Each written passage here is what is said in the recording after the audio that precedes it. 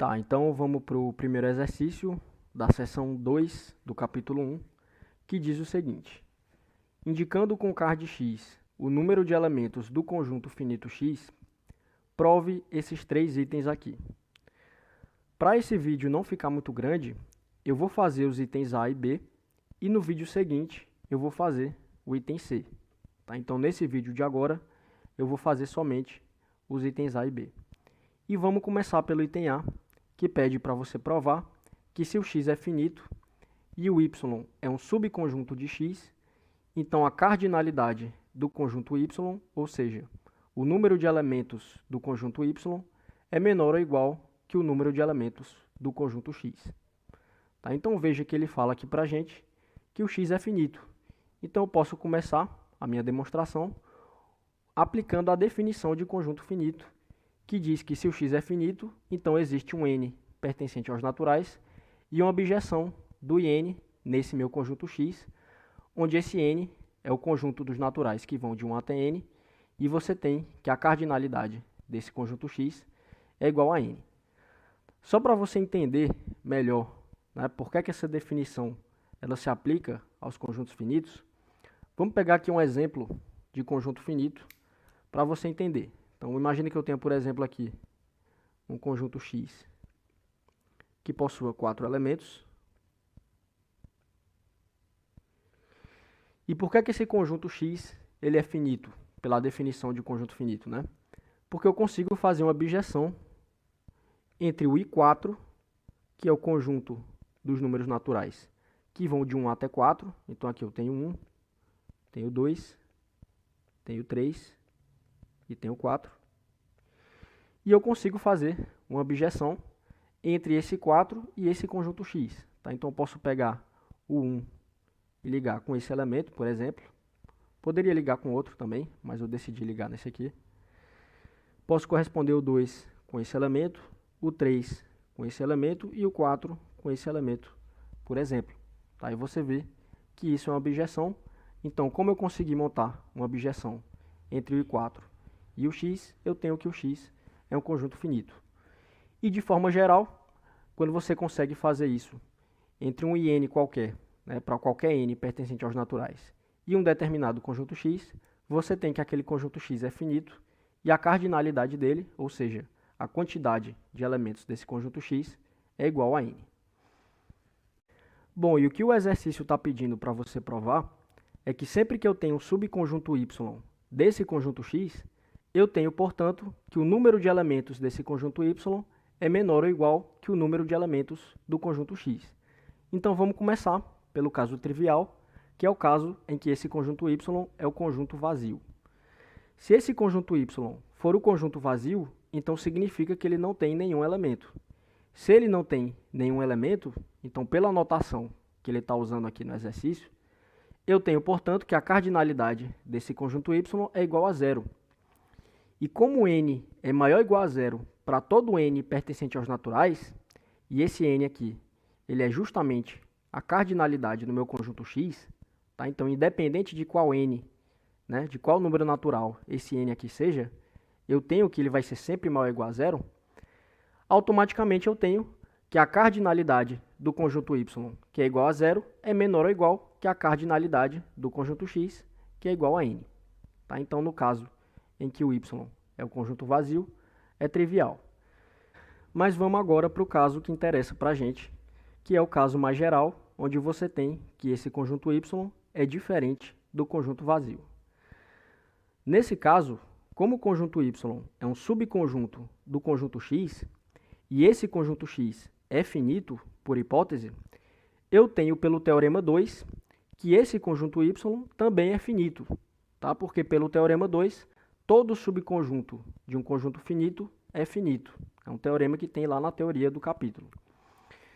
Então, como esse conjunto y é finito, eu posso novamente utilizar a definição de conjunto finito da mesma forma que eu fiz aqui no x, né?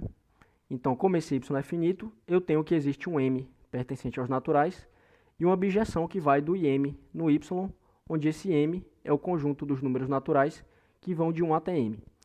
E aqui você veja que eu tomei o cuidado de escolher uma letra diferente da que eu escolhi para o conjunto x. Então aqui no conjunto X eu escolhi N, e aqui no conjunto Y eu escolhi M, porque naturalmente esses conjuntos podem ter uma quantidade diferente de elementos. Tá? Então, pela definição, eu tenho que isso aqui acontece, e o número de elementos desse conjunto Y é igual a M. E o que o exercício está pedindo para a gente provar é que a cardinalidade do conjunto Y, que eu estou chamando aqui de M, é menor ou igual que a cardinalidade do conjunto X, que eu estou chamando de N. Tá? Então vamos lá. Para fazer isso, eu vou utilizar a tricotomia dos números naturais. Então, se eu estou querendo provar que o M é menor ou igual que o N, eu vou supor que o M é maior do que o N e vou chegar numa contradição. Porque uma vez que eu chegar numa contradição, significa que o que eu supus está errado, e pela tricotomia dos números naturais, eu vou poder concluir que o M é menor ou igual ao N.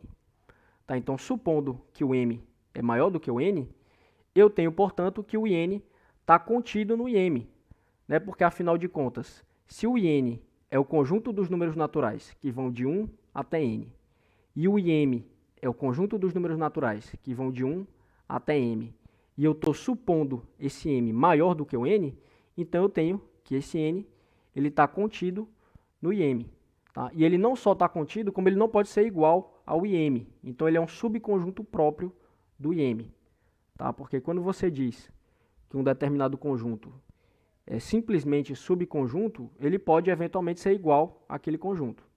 Mas quando você diz que é subconjunto próprio, você está dizendo que ele que ele não pode ser igual àquele conjunto. Ele está contido naquele conjunto e ele não pode ser igual àquele conjunto. E eu quero que você guarde essa informação, porque é ela que vai gerar a nossa contradição. No fim das contas, o que eu estou querendo fazer aqui é utilizar aquele teorema 1, lá da teoria do capítulo, que diz que não pode existir uma objeção entre o IM e um subconjunto próprio seu. E o que a gente vai encontrar nessa suposição que eu fiz aqui é justamente uma objeção entre o IM e um subconjunto próprio seu, contrariando o teorema 1. Ou seja, eu vou poder concluir que essa suposição que eu fiz está errada, e pela tricotomia dos números naturais, eu vou ter que o M é menor ou igual que o N, que é o que ele quer que a gente prove. Seja então f a menos 1, que vai do x no IN, a inversa da objeção f, que vai do IN no x. Lembrando que essa objeção f aqui é aquela objeção da definição de conjunto finito que a gente aplicou no conjunto x. Tá? Então, pegando a inversa dessa objeção, a gente tem essa função aqui, que vai do x no IN. Como o y é um subconjunto de x, podemos tomar a restrição da f a menos 1 ao conjunto y. Caso você não tenha familiaridade com esse conceito aqui de função restrição, eu vou explicar o que é. Mas eu sugiro a você que você estude o capítulo 1 do livro grosso, que é aquele livro da capa vermelha, que é o curso de análise volume 1, que também é escrito pelo Elon. É um capítulo que aborda conjuntos e funções por essa perspectiva da análise, né, que é a forma que você usa conjuntos e funções para argumentar em algumas demonstrações em exercícios de análise. Tá? Então, eu sugiro que vocês estudem esse capítulo para vocês ganharem praticidade com essa parte argumentativa aqui de funções. Bom, mas afinal de contas, o que é uma função restrição, né? O que é a função restrição da f a menos 1 ao conjunto y? Basicamente, você vai pegar a f a menos 1 e vai trocar o domínio, que nesse caso é x, pelo y, que é o subconjunto de x. Aí você mantém o contradomínio como sendo IN. Aí você vai ter exatamente essa função aqui, que vai do y no IN. E veja que essa função ela é injetiva. Por quê? Vamos ver aqui no rascunho para a gente entender. A f a menos 1 é uma objeção que vai do x para o IN. Tá? Então, tenho aqui o conjunto x, tenho aqui os elementos desse conjunto x, e eu tenho o IN, que é o conjunto dos números naturais que vão de 1 até n. E eu tenho uma objeção entre esses conjuntos. Tá? Então, essa aqui é a minha f a menos 1. Quando eu tomo um subconjunto y desse conjunto x, e eu tomo f a menos 1 restrita a esse conjunto y, então eu vou ter uma função que vai do y para o n, que é exatamente essa f a menos 1 aqui, só que em vez de o domínio dela ser o x, o domínio dela vai ser o y. Veja que essa função, ela no máximo deixa de ser sobrejetiva, porque naturalmente você pode ter elementos do contradomínio. Como você mantém o contradomínio como sendo n, naturalmente você pode ter elementos do contradomínio que não se relacionam com o conjunto y. Então veja que nesse diagrama que eu fiz aqui, o 1 e o 2, eles não se relacionam com esse conjunto y. Tá? Então essa função, ela deixa de ser sobrejetiva. Mas como ela era uma bijeção, ela mantém essa característica da injetividade. Então quando você toma dois elementos diferentes nesse conjunto y, as imagens também vão ser diferentes, porque a f a menos 1 é uma bijeção. Tá? Então veja que de fato, essa função aqui, que é a f a menos 1 restrita ao conjunto y, é uma função injetiva. Seja então essa função aqui, que eu estou chamando de h, que é a composição dessa função que a gente acabou de ver, que é f a menos 1 restrita a y, com a função g. Caso você não se lembre, essa função g aqui é aquela bijeção que define a finitude do conjunto y. Tá? Essa bijeção aqui, que vai do im para o y. E quando você faz a composição dessas duas funções, você vai ter essa função, que eu estou chamando de h, que vai do im para o in. Por que você tem isso aqui, né? Eu quero que você se lembre da notação de função composta, que você sempre começa pela função que está mais à direita. Então, a gente vai começar pelo domínio dessa função g. E veja que essa função g, ela vai do im para o y. Então, por isso que o domínio da função composta vai começar pelo im. Então, a função g, ela leva do im para o y. E essa função aqui, que é f a menos 1 restrita a y, leva do y para o in. Tá? Então, é por isso que você tem isso aqui. Então, veja que, de fato, essa função h aqui, ela tem o domínio como sendo o im e o contradomínio como sendo o in. Bom, e veja que essa função h, que eu acabei de definir, ela é uma função injetiva. Por quê? Porque a composta de funções injetivas também é uma função injetiva. E aqui, novamente, se você não está familiarizado com esse resultado aqui, né, de que a composta de funções injetivas também é injetiva, eu sugiro que você estude o capítulo 1 do livro que eu acabei de falar, que é aquele livro mais grosso, da capa vermelha, que é o curso de análise volume 1, que também é escrito pelo Elon. Tá? O Elon ele comenta e demonstra esse resultado aqui. E como essa função g ela é uma bijeção, e portanto é injetiva, e essa função f a menos 1 restrita a y também é injetiva, que foi o que a gente acabou de ver aqui, então a composta entre elas, que é a minha função h, também vai ser injetiva. E veja também que como o in é o contradomínio da função h, a imagem da função h é um subconjunto do in. Ora, isso é teoria de funções, né? Se o in é o contradomínio dessa função h, então, obviamente, a imagem dessa função h vai estar contida no in. Mas uma vez que essa imagem está contida no in, significa que ela é um subconjunto próprio do im, porque, afinal de contas, o in é um subconjunto próprio do im, pelo que a gente está supondo, né? Eu quero que você se lembre que a gente está supondo aqui que o m é maior do que o n. Então, uma vez que o m é maior do que o n, eu tenho que o in está contido no im. E uma vez que a imagem dessa função h está contida no in, eu tenho que ela é um subconjunto próprio do im. Afinal de contas, o in é um subconjunto próprio do im, pelo que a gente está supondo. E é aí que está a nossa contradição. Porque eu quero que você veja que toda função injetiva é uma bijeção sobre sua imagem. Tá? Vamos vir aqui para o rascunho para a gente entender isso aqui direitinho. Tá? Por que é que toda função injetiva é uma bijeção sobre sua imagem? Então imagina que eu tenho aqui uma função injetiva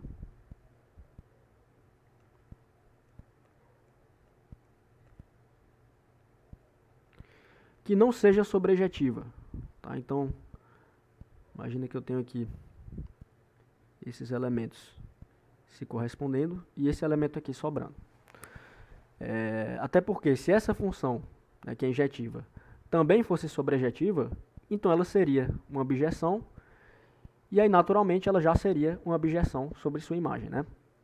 Mas no caso que ela não é sobrejetiva, veja que se eu ignorar esse elemento aqui, ou seja, se eu definir uma nova função, tá? Então, eu tenho aqui, imagina que essa aqui seja uma função f, e eu tenho aqui como sendo a imagem dessa função f.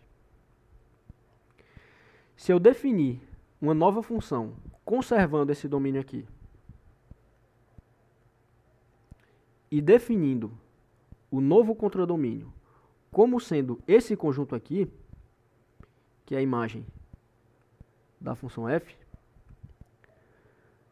veja que essa injeção ela vai se tornar uma bijeção. Então, onde eu tinha uma função injetiva, eu passei a ter uma função bijetiva.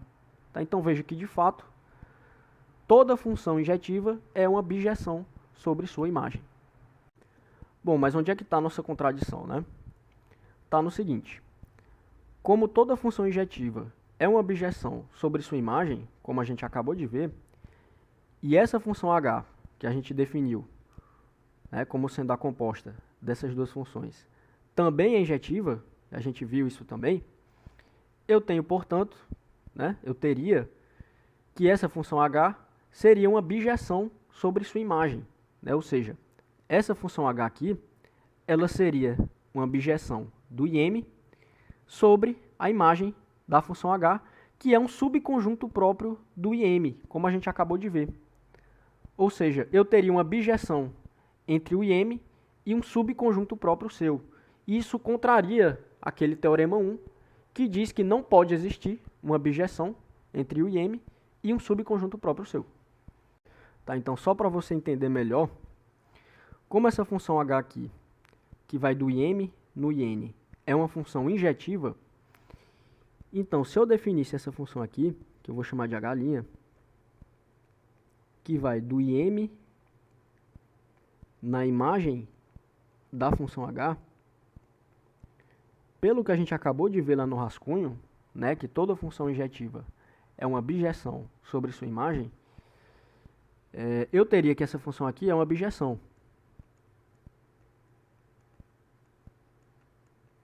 Obviamente, definindo essa função h' aqui como sendo igual à função h para todo elemento que você tomar aqui do IM. E uma vez que essa função é uma bijeção, eu teria, portanto, uma bijeção entre o IM e um subconjunto próprio seu. Tá? Porque, como a gente acabou de ver, a imagem da função h é um subconjunto próprio do IM. Afinal de contas, ela está contida no IN, que é um subconjunto próprio do IM, pelo que a gente está supondo. E pelo teorema 1, eu tenho que isso não pode acontecer. Né? Não pode existir uma bijeção entre o IM e um subconjunto próprio seu. Ou seja, aquela suposição que a gente fez do M ser maior do que o N está errada, né? Porque ela gerou uma contradição. Então segue pela tricotomia dos naturais, que já que o M não pode ser maior do que o N, eu tenho, portanto, que o M é menor ou igual a N. E uma vez que esse M é a cardinalidade do conjunto Y e o N é a cardinalidade do conjunto X, eu tenho, portanto, que a cardinalidade de Y é menor ou igual que a cardinalidade de X, que é o que ele queria que a gente provasse. Tá, então vamos agora para a letra B, que pede para você provar que se x e y são finitos, então x união com y também é finito e vale essa relação aqui. Tá, então vamos lá.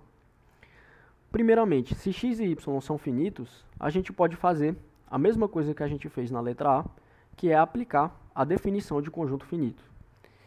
Então, como o x é finito, existe uma bijeção f que vai do n no x, onde a cardinalidade desse conjunto x é igual a n.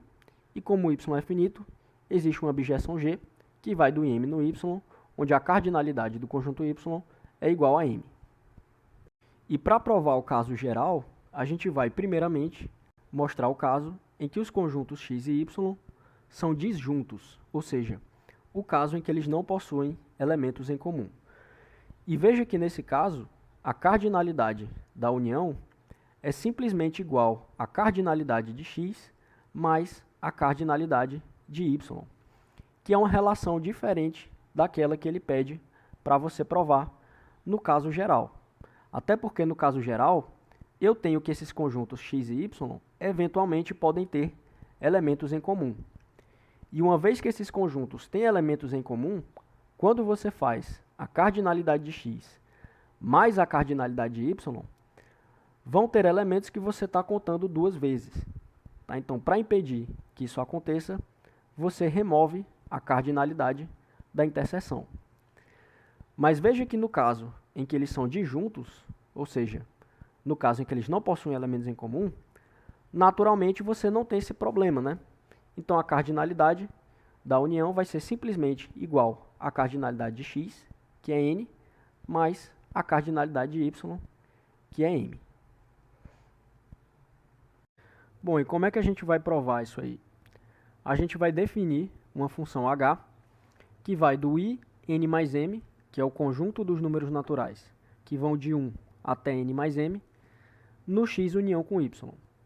E antes da gente entender qual que é a cara dessa função h, eu quero que você entenda qual que é a motivação por trás de eu definir o domínio e o contradomínio dessa função como sendo esses conjuntos aqui.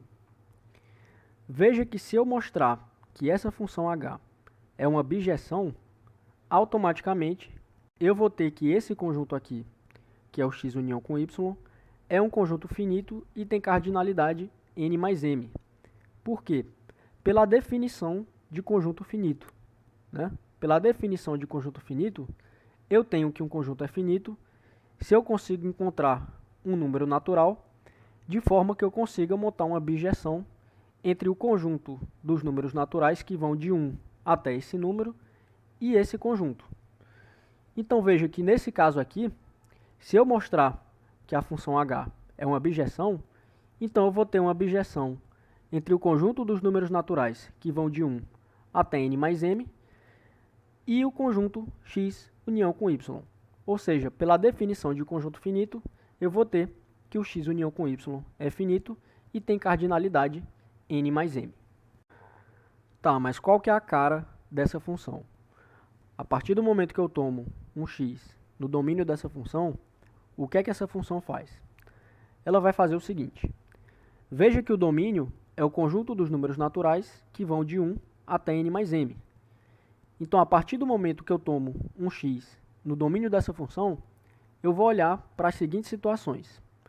Se esse x tiver entre o 1 e o n, então eu vou definir h de x como sendo a f de x, que é essa bijeção aqui, que define a finitude do conjunto x. E veja que o domínio dessa bijeção é justamente o conjunto dos números naturais que vão de 1 até n. Tá? Então, uma vez que o x está entre o 1 e o n, você consegue pegar um x no domínio da bijeção f. Tá, mas e se o x não tiver entre o 1 e o n? Nesse caso, como eu estou tomando o x no conjunto dos números naturais que vão de 1 até n mais m, caso o x não esteja entre o 1 e o n, então certamente ele está entre o n mais 1 e o n mais m. E veja que nessa desigualdade eu posso subtrair n em todos os membros, então eu vou cortar esse n aqui e esse n aqui, e eu vou ter, portanto, que 1 é menor ou igual que x menos n, menor ou igual a m. E aqui eu vou fazer o seguinte. Nesse caso, eu vou definir a h de x como sendo a g de x menos n. E por que eu faço isso? Porque uma vez que o x menos n está entre o 1 e o m, ora, veja que esse é exatamente o domínio da minha objeção G, né? É o conjunto dos números naturais que vão de 1 até m. Então, uma vez que o x menos n está entre o 1 e o m, eu posso definir h de x como sendo a g de x menos n. E veja que a função h, nessas condições, é uma objeção. Por quê? Porque em todos os casos, ou ela vai ser equivalente à função f, que é uma objeção, ou ela vai ser equivalente à função g, que é uma objeção. Tá? Então, como a f e a g são objeções, segue que a função h, que é definida em função dessas duas funções, né? Então, segue, portanto, que a função h também é uma objeção. Então, veja que eu tenho uma objeção entre o i, n mais m, e o x, união com y. Então, segue da definição de conjunto finito, que esse conjunto aqui é finito e a cardinalidade dele é igual a n mais m. Tá? Então, pela definição de conjunto finito, segue da objeção que a cardinalidade do conjunto x união com y é igual a n mais m, como a gente queria. Bom, e agora a gente vai usar esse resultado para provar o caso geral, que é o caso em que os conjuntos x e y não são necessariamente disjuntos. E a gente vai mostrar que, nesse caso, a união é finita e a cardinalidade da união é igual à cardinalidade de x mais a cardinalidade de y menos a cardinalidade da interseção. E a nossa estratégia aqui vai ser escrever o x união com y como sendo uma união disjunta, porque o meu objetivo é utilizar aquele resultado que eu provei anteriormente, que só vale para quando eu tenho conjuntos disjuntos. Então, estou escrevendo aqui o x união com y como sendo essa união disjunta. E aí, primeiramente, veja que, de fato, isso aqui é uma união disjunta. Por quê? Porque se aqui eu tenho x menos o conjunto y, então significa que nesse conjunto aqui eu não tenho nenhum elemento do conjunto y. Então, caso o conjunto x tenha elementos em comum com o conjunto y, eu estou removendo todos esses elementos. Então, veja que, de fato, esse conjunto aqui é disjunto desse conjunto, né? Uma vez que eu não tenho nenhum elemento do conjunto y nesse conjunto aqui. E veja também que essa união, de fato, nos fornece o x união com y. Por quê?